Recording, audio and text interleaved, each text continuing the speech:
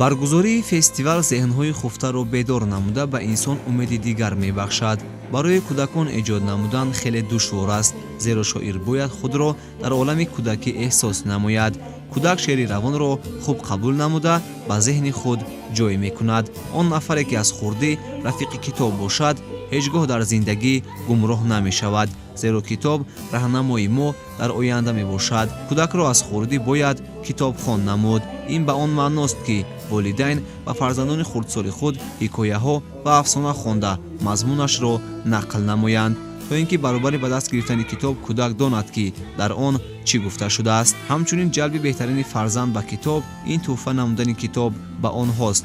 агар мо ба фарзандони худ пайваста китоб тӯҳфа намоем, меҳри ӯ ба китоб бештар мегардад. ин андешаро омӯзгорону хонандагони муассисаи таҳсилоти миёнаи умумии рақами 31 ноҳияи Шоҳмансури шаҳри Душанбе дар маросими ифтитоҳи маҳфили адабию фарҳангӣ баён доштанд.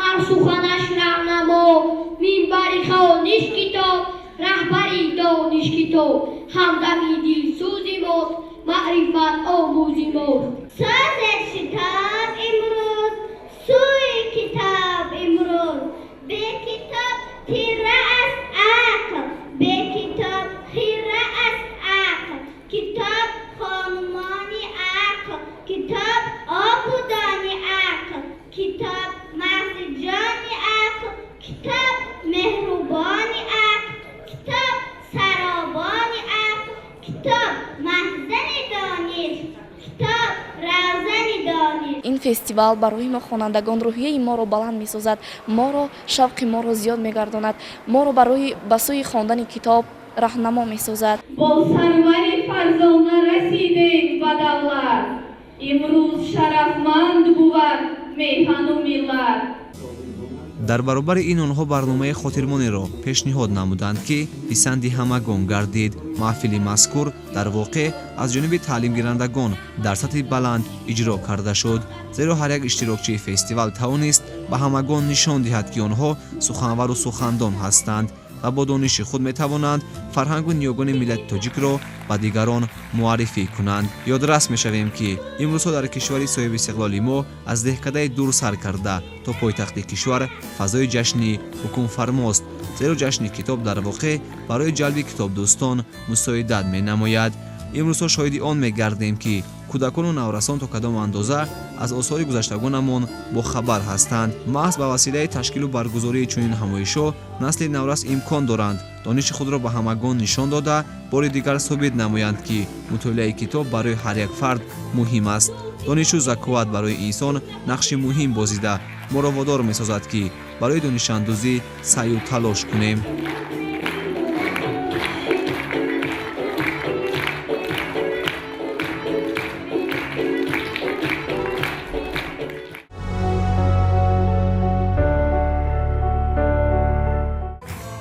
дар як вақт омӯзгорону хонандагони муассисаи таҳсилоти миёнаи умумии рақами 96 ноҳияи синои шаҳри Душанбе ҳам баҳри дар сатҳи баланд гузарониндани фестивали ҷумҳуриявии ҳафтаи китоби кӯдакону наврасони Тоҷикистон конференсияи адабию фарҳангиро ба роҳ монданд. дар ин ҷамъ омад як зумра адибон ва кормандони бахши фарҳанги шаҳру ноҳияҳо ширкат варзида доир ба нақши фестивал назари худро баён доштанд. таъкид карда шуд ки дар доираи фестивали китоб озмунҳои гуногун аз қабили озмуни тараннумгари ватан, озмуни беҳтарин иншо дар мавзӯи ватан биҳишти бебаҳост, фаъолтарин хонандаи ҷавон ва ҳунарманд ҳар ҷо бувад сарфароз роҳандозӣ карда шудааст. инчунин ба василаи ин фестивал чеҳраҳои суханвару сухандон, кӯдакону наврасони болаюқад, ҷавонони қобилияти эҷодкорӣ дошта дарёфт карда мешаванд.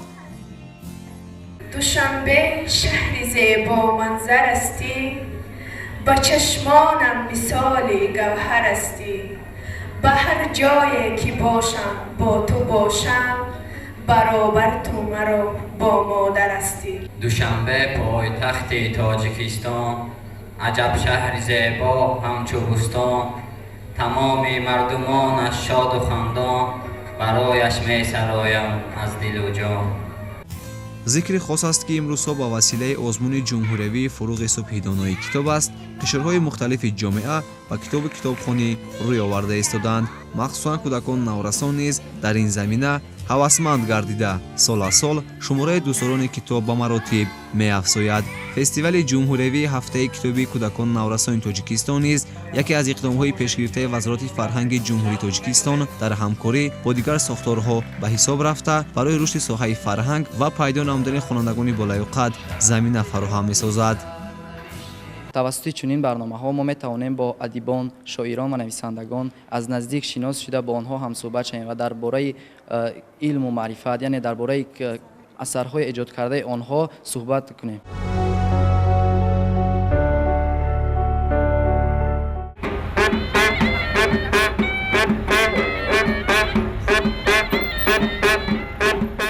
фестивали ҷумҳуриявии ҳафтаи китоби кӯдакон наврасони тоҷикистон ин навбат меҳмони кӯдакон наврасони шаҳри ваҳдат гардид. дар рӯзи панҷуми фестивали мазкур дар кохи маърифати шаҳри ваҳдат чорабинии ҷашни роҳандозӣ карда шуд.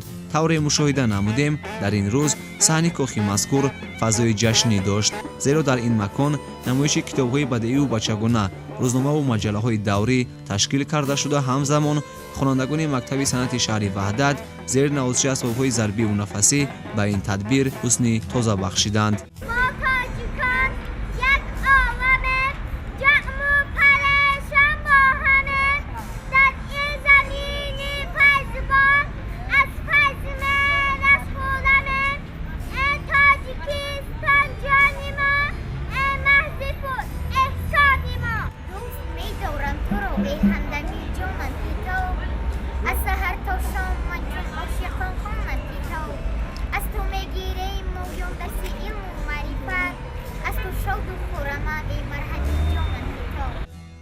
қисмати дигари маҳфили мазкур дар толори кохи маърифат идома кард.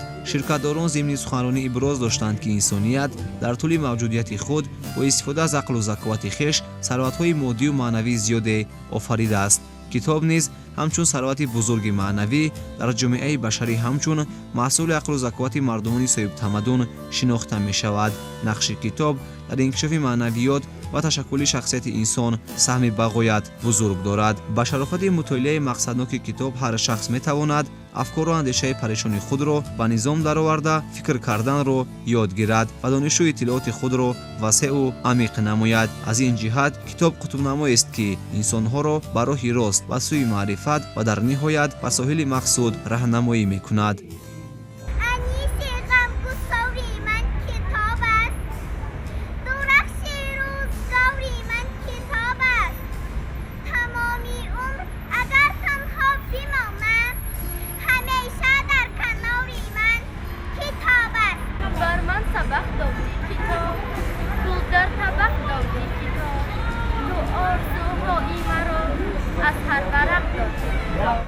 дар воқеъ асоси пешрафти ақлии инсон ва ҷомеаро хондани китоб ва истифодаи ҳикмати бузурги он ташкил медиҳад. аз ҳамин нуқтаи назар аст ки бузургтарин олимон донишмандон қудрат ва тавоноии фикри инсонро баробар ба андозаи китоб хондани ӯ медонанд ва фикр кардани ӯро дар китобхонӣ мебинанд. хушбахтӣ ва сарафарозии мо тоҷикон аст ки шоирону олимонамон китобро дар сатҳи баланд ситоиш кардаву онро фуруғи субҳи доноӣ, роҳатафзои ҷону роҳати дил, дӯсти содиқу бошараф, хуршеди ҷаҳони маънавии аҳли башар ва калиди қулфи ҳар мушкил номиданд. ин нуқтаҳо низ дар баромади иштирокчиён ба мушоҳида расид. дар баробари ин шоирон зимни баромад барои иштирокчиён аз осори худ порчаҳои назмиву насрӣ қироат намуда аз насли наврасу ҷавони кишвар даъват ба амал оварданд ки бояд ҳар як шахс дӯстдори китоб бошад, пайваста ба мутолиа машғул шуда аз таъриху фарҳанги миллати хеш ошноӣ пайдо кунанд, бохабар аз он бошанд ки маҳз тавассути мутолиа шахс метавонад мавқеи худро дар ҷомеа мустаҳкам гардонида соҳиби илм ва маърифати комил шавад. ҷаҳониён тоҷиконро ҳамчун мардуми китобдору китобдӯст, фарҳангпарвару фарҳангофар ва халқи мутамаддин эътироф карданд ва мо ҷавонон аз гуфтаҳои пешвои миллат истифода бурда бисёри вақти худро бо китоб мегузаронем. маҳзаре дар зиндагониям китоб, қосиди сулҳу амониям китоб, ҳамдаму ҳамрози ҷониям китоб, раҳнамо бар зиндагониям китоб. бар ман сабақ доди китоб, گل در طبق داجی کتاب، تو آرزوهای مرا از هر ورق داجی کتاب. تو همدمی سازی منی، تو بال و پروازی منی، در خانه و در مکتبم هم صحبتی سازی منی. چون جان عزیز دانم تو را، از کف نمیمانم تو را. بر من که می بخشی سرور، پیوسته می خوانم تو را.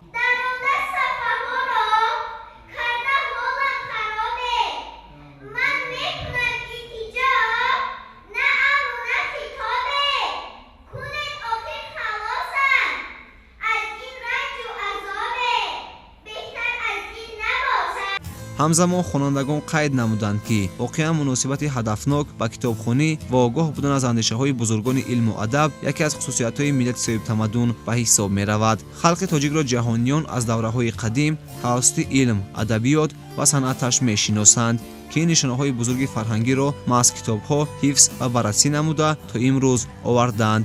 имрӯз ҳам китоб шиносномаи шоистаи миллати мост. таваҷҷӯҳи махсуси пешрои миллат ба китобхонӣ ва гузарондани озмуни ҷумҳуриявии фуруғи субҳи донои китоб аст барои ҷалби доираи васеъи ҷомеа дар ҳар сол идомаи фармондаҳои хиратмандона ва маорифпарваронаи президенти ҷумҳурии Тоҷикистон ба ҳисоб меравад. ҷони ширин инқадар ҷангам макун, инқадар беҳода дилтангам макун. гашта гашта аз сафар боз омадам, боз дар наздат ба парвоз омадам. ҳар куҷо ки хоб кардам хистам, ҳар куҷо ки буд ҷойи зистам. ин дили ман манзили ёди ту буд, ёди рӯи ҳуснободи ту буд.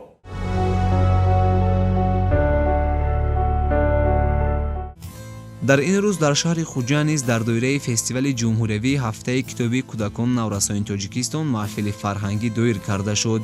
меҳмони ин барнома шоири бачагон Азизи Азиз буд. зимни чорабини Мавсуф ва хонандагон аз осори таълифнамудаи худ порчаҳои шеърӣ ва ҳикояву афсонаҳо қироат намуда ба ин васила аз кӯдакон наврасон даъват ба амал оварданд ки онҳо ҳарчи бештар китоб хонанд, китобро дӯст доранд, андешаву гуфторҳои худро ба воситаи китоб мустаҳкам ва зеҳнҳояшонро буро гардонанд, зеро китоб дӯст ва рафиқи беминнати ҳар як шахс ба ҳисоб меравад. имшабу рӯз умуман таи 2-3 соли охир сафи хонандагони китобҳои бадии хеле зиёд шудааст. ман бовар дорам ки